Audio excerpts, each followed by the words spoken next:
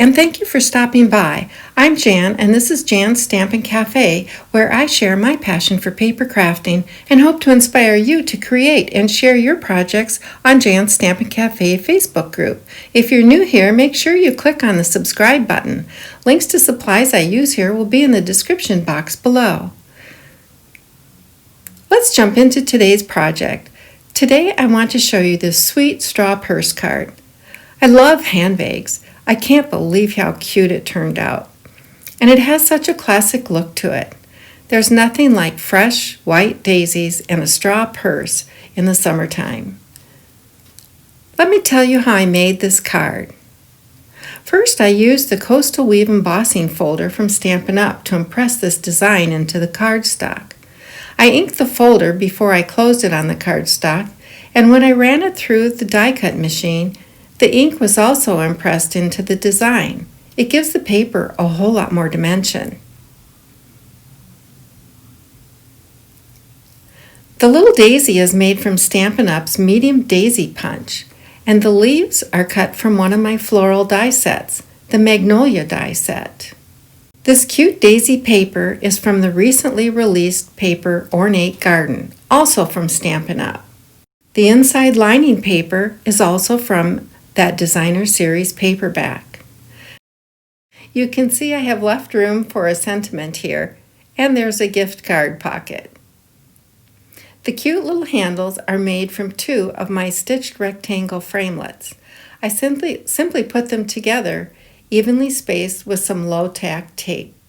Then I cut multiple times and glued the layers together. You can see I trimmed off what I didn't need for a shape that would make a good handle. Next is this little piece of gold foil for the fastener. The little teeny piece of gold foil cardstock was cut using the Snowman Builder punch. If you look in your die sets and punches, I'm sure you will find shapes that can be used. Circles, ovals, teeny squares. I used the snowman's nose. The tools we need today are scissors, glue, bone folder, metal edge ruler, craft knife, and a pencil. You'll also need a closure such as magnets or Velcro. You'll also need a means of trimming and scoring. I'll be using my Stampin' Up! Trimmer. And we'll need some cardstock. Let's start with the card body. This piece needs to be 10.5 by 5.5 inches, scored along the 10.5 inch side at 4 1/4, 5 1/4, and 6 1/4. Set that aside for right now. We'll also need purse flap pieces, a matching piece of cardstock that is 3 by 5.5 and scored along the 3 inch side at 1. We will also need a mat layer for that flap, and that should be 1 7/8 inches by 5 1/4. And we'll need a print layer that will be 2 7/8 inches by 5 1/8 inches. We'll need a scrap from the same paper as the mat layer, and that should measure 1 3/8 inches by 1/2. Did you see I glued my little foil fastener to this piece right away? It would be lost for sure if I hadn't. We also need mats and layers for the inside of the purse. We need 2 mats measuring 4 1/4 by 5 3/8. We'll need 2 print layers measuring 4 by 5 1/8. To review our handles, they were made with the stitched rectangle framelets. Choose 2 framelets that are close in size and put them together evenly spaced with some low-tack tape. I cut multiple times and glued the layers together so they made a nice thick handle. It'll be nice and sturdy when the recipient handles the card. Let's grab the flap pieces right now, the print, the flap, and the mat. The first thing you will do is round 2 corners on each piece. This will give a nice finished look on the front of the bag. We will leave the back corners straight.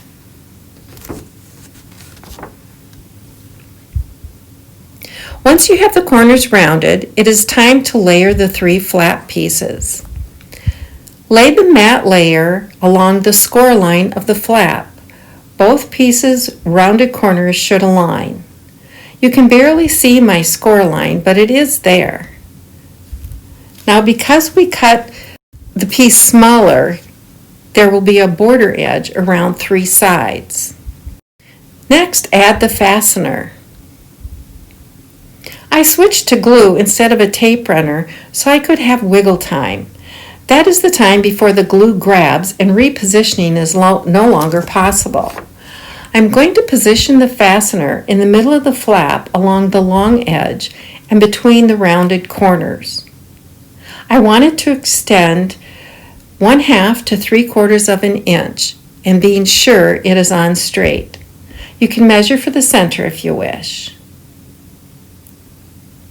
If the glue squishes out, it'll be covered by the print paper.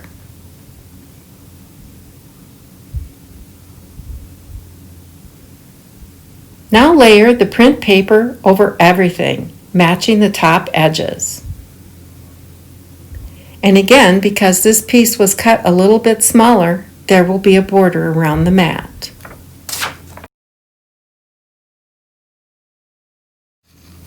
Now fold the flap on the score line we made earlier. I'm pressing well with my fingers instead of using a bone folder. The reason being that the print paper is stretched over cardstock, and I'm concerned that the bone folder will tear the paper. The flap is almost ready to attach to the purse. We just need our handles. Take the stack die-cut handles and lay them on the inside of the flap along the fold line. Center them and make light pencil dots on the fold line at the end of the handles. We're going to be cutting between these dots.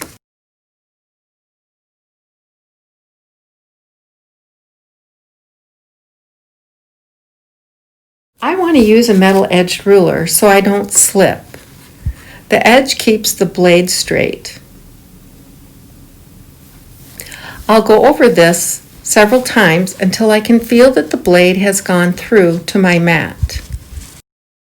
Okay, I've gone through, but you see this is only a slit and my handles are thick. So what I'm going to do is put another cut on each side of the first one. This will create some space. I will do this at each opening.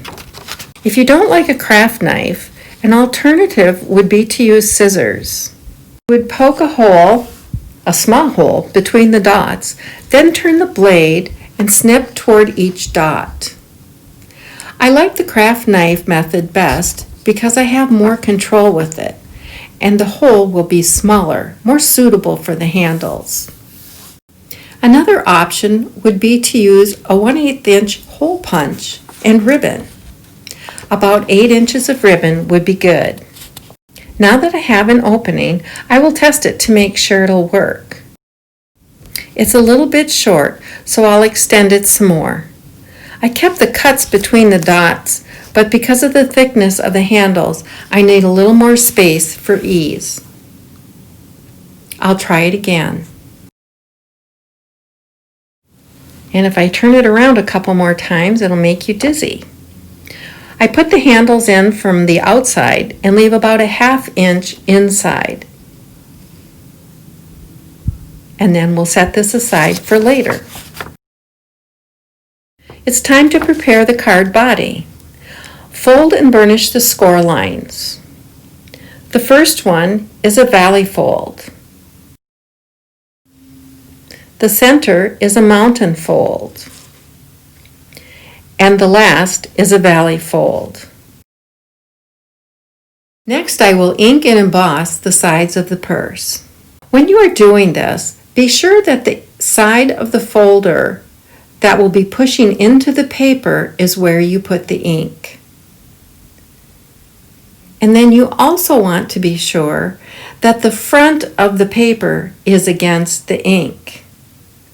I want to place the paper in the folder, taking care that it is straight and aligned. Do not slide it around once you place it. Close the folder on the paper carefully and check the placement. I've embossed and inked both parts of the card body. Decide on the front and back of the finished purse. Working from the inside of the purse, lay the flap under what will be the back of the purse, making sure the stems of the handles are on top of the card. Turn all the layers over so you are looking at the outside of the purse. Now carefully turn the flap only face down on the table and realign the edge with the fold. The handles will be under the flap, and when the flap is folded over the purse body, the handles will be in the proper place. Now add glue on the flap that is showing and fold it over the card. Look to be sure the end of the card body is all the way up to the fold line and under the handle stems. We want that to be nice and straight. The handle should be pointing to the inside of the purse. Put a drop of glue under each handle stem.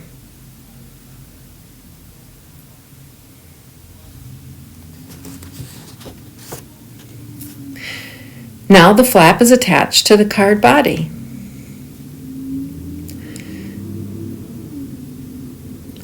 Next we will add the inside layers. The matte layers are 4 1/4 by 5 3/8, one for each front or back panel of the card. And the print layers are 4 by 5 1/8 inch, one for each front and back of the card. Now let's look at the purse. We'll fold it up on the fold lines and close the flap. How cute is that? Let's add the gift pocket. It measures 2 1/4 by 4 1/2. We need to score 1/4 inch around 3 sides. Along the 4 1/2 inch side, score at 1/4 inch and 4 1/4.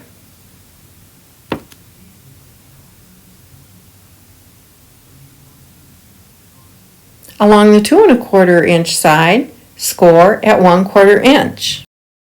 Now fold and burnish those score lines.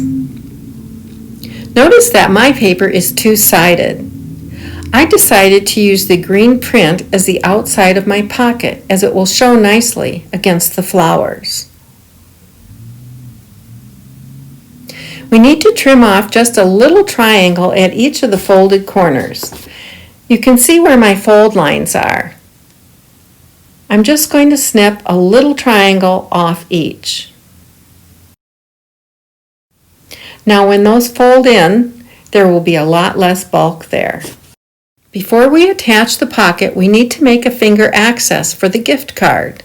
I'm using the 1 3/4 inch circle punch. I like to look at them from the bottom so I can see where I'm cutting. We are on the side of the pocket that has no fold. See my 3 folded edges here? I'm sliding the paper into the punch, centering it vertically, and try not to go in too deep, maybe a 1/2 inch or less.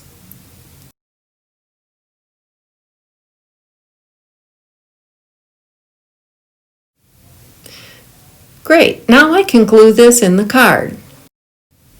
I prefer to have this on the lower panel when the card is opened.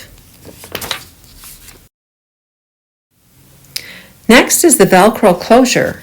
I found them on Amazon. I like that they're low profile for mailing, and when I put the hook and loop together, there is adhesive on both sides for attaching. I'll leave them together, and when I attach one side where I know I want it, the other side will be attached in the perfect place. I'm going to place it right up here on the flap rather than the decorative fastener and close the card.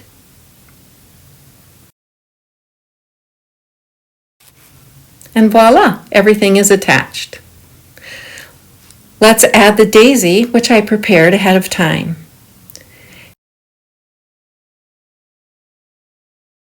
And I like this in the lower corner. I like this nice sturdy handle on this card. I'm glad I changed that. This one has a single layer of cardstock, and you can see how much more flexible it is when it's handled. I'm really pleased with my daisy purse cards. Thank you for watching. I will be sharing as many links as I can in the description box below, as well as my email. If you have any questions, please leave them in the comments or email me. I would appreciate it if you would hit the subscribe button in the corner. Thanks for watching, and I'll be back with another tutorial. See you soon!